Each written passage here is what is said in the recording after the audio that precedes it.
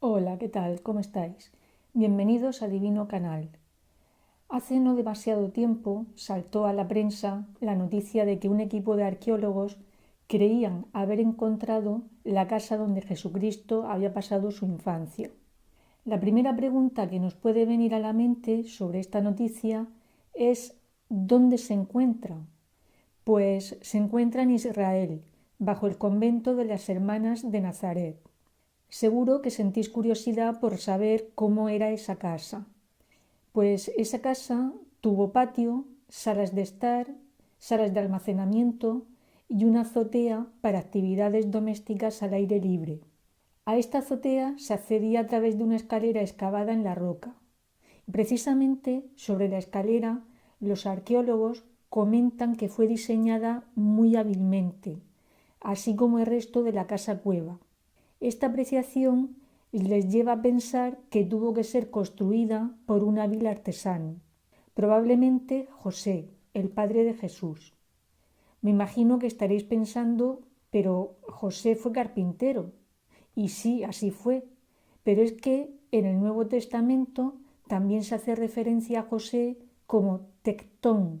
Y tectón quiere decir artesano. Y un artesano tenía muy buen conocimiento de la piedra, por lo que perfectamente la casa pudo haber sido construida por José. Otro dato importante. He comentado que la presunta casa de José y María está bajo el convento de las Hermanas de Nazaret, pero es que bajo ese convento también se han encontrado restos de una iglesia cueva del siglo IV. Esa iglesia fue llamada Iglesia Carpintería de José y también Iglesia de la Nutrición, y se la llamó así debido a que fue en ese lugar donde Jesús pasó los años de su infancia, aprendiendo el oficio de su padre, oficio que proporcionaba el sustento o nutrimento a la familia. ¿Cómo se sabe todo esto? Pues gracias a una mujer llamada Egeria. Esta mujer, que nació en la península ibérica, en España, fue, atención, la primera mujer viajera de la historia.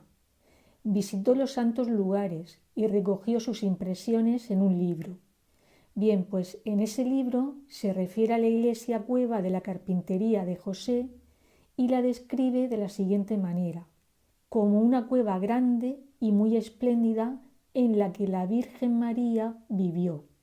Esa iglesia se construyó después de que el cristianismo se convirtiera en la religión oficial del Imperio Romano, en el año 380 después de Cristo. Otro dato que lleva a los arqueólogos a creer que efectivamente en ese lugar estuvo la casa donde Jesús vivió su infancia es que cuando se construyó esa iglesia cueva se hizo conservando cuidadosamente la estructura de la casa que había bajo ella. Y esto ha sido así cada vez que en ese lugar se ha llevado a cabo alguna construcción, porque cuando esa iglesia carpintería se vino abajo un siglo después, se construyó otro templo. Y cuando éste se vino abajo por obra de los ejércitos musulmanes, se volvió a hacer otro. Y siempre en el mismo lugar.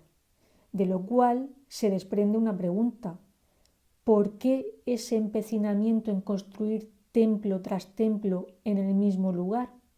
La respuesta es fácil: por ser un lugar sagrado, por estar sobre el lugar donde Jesús vivió su infancia. Pero es que además Dark, que es el arqueólogo que dirige los trabajos arqueológicos, compara la descripción de la casa con un texto escrito en el año 670 después de Cristo. Ese texto fue escrito por un abad llamado Adonnam.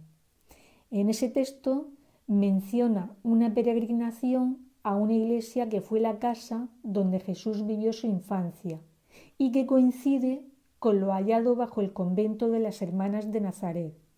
Todas las explicaciones que estoy dando son las conclusiones a las que han llegado los arqueólogos, pero creo que es de justicia decir que fueron las propias hermanas del convento de Nazaret quienes intentaron constatar que efectivamente bajo el convento se hallaba lo que después se ha hallado. En este sentido, decir que la excavación de este lugar fue uno de los primeros ejemplos de excavaciones iniciadas y dirigidas por mujeres. Fue Mere Guirao quien dirigió los trabajos. Las monjas estuvieron trabajando hasta la década de 1930. Un sacerdote jesuita continuó la labor iniciada por las monjas durante aproximadamente 30 años.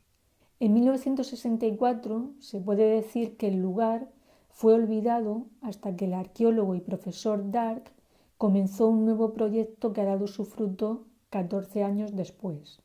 Y con esto pues termino el vídeo de hoy. No sé si os habrá resultado curioso saber el lugar donde Jesús se movía cuando era un niño.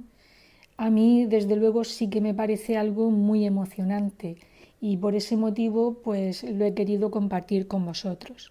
Si os ha gustado le podéis dar al me gusta y suscribiros a Divino Canal. Hasta el próximo día.